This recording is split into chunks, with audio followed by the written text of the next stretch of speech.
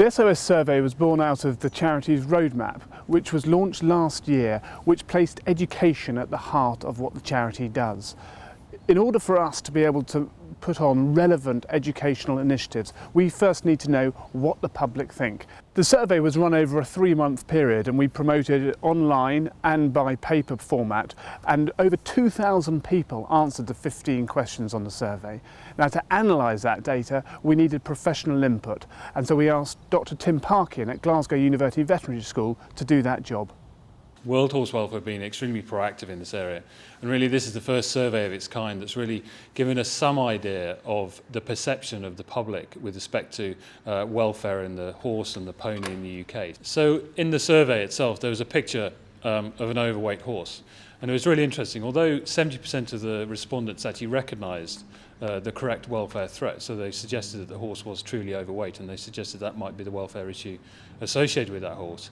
Less than 50% of people actually regarded that as a significant issue for that individual animal. So only 46% of people graded that level of threat as being medium, high or severe. So that tells me that essentially the general public are good at potentially recognising overweight horses, but they haven't really grasped the true impact of what an overweight horse is and what that means in terms of a welfare threat for that individual animal. Due to the relative lack of research into the health implications for fat and obese horses, we are funding a number of projects in this area, one of which is at Liverpool University with Dr. Caroline Argo. Obviously, the problems that we're seeing in obesity in the UK population have been clearly recognised by World Horse Welfare. And here at the University of Liverpool, we've been undertaking a 3-year study to try and investigate just exactly where horses have their fat.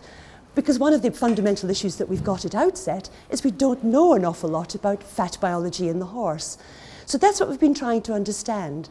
How they put the fat down, where they put it down, and again how we can get that mobilised when we come to slimming down horses that we pick up in practice as being overweight. So as you can see here quite clearly, Tilly has quite a build-up of fat running along the top of the neck here. Very, very firm in texture to feel. And again, as we work backwards along the horse, the definition of the shoulder is very poor, with very large pads of fat just covering the area just behind the shoulder where the saddle would sit here. And again, over the wither, the profile of the horse is very flat. So this is an animal that is carrying far more weight than is comfortable for her. Obesity among horses is becoming a very serious welfare issue, and certainly as we're already at epidemic proportions of obesity among the UK population of horses, we need to address this issue, and we need to address it fast.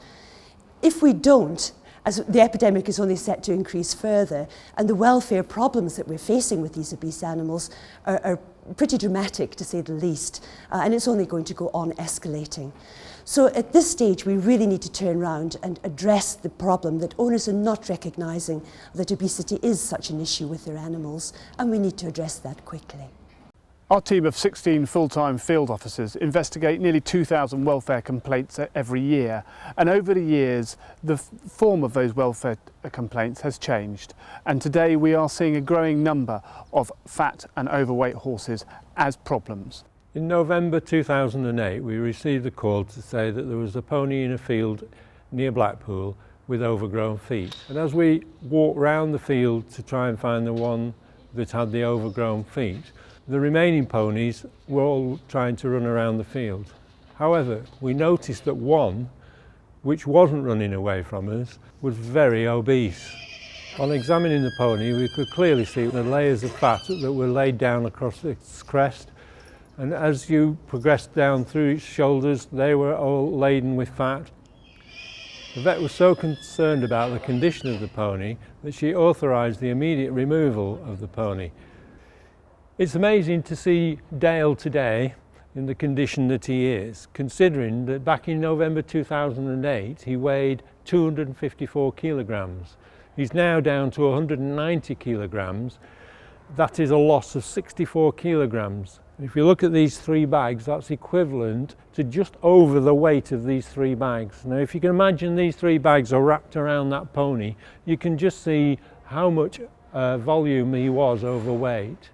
The condition he's in today is all testimony to the hard work that Charlotte here has put in to reducing this horse down to an acceptable weight. On the 4th of October 2009, at Blackpool Magistrates Court, the owners of the pony pleaded guilty to this offence. The owners were given a 5-year ban from keeping all horses. So what can people do if they are worried about their horse's weight? In short, there is plenty they can do, and the best thing they can do is contact us. We have a wealth of experience in this area. For the past 2 years, we've been running a right weight roadshow around the country. There'll be future events for that. There's a wealth of information on the website with fact sheets about how people can manage their horse's weight. It is really important they do something, and they do something now. So please feel free to contact us either through our website or through our advice line, and we're here to help.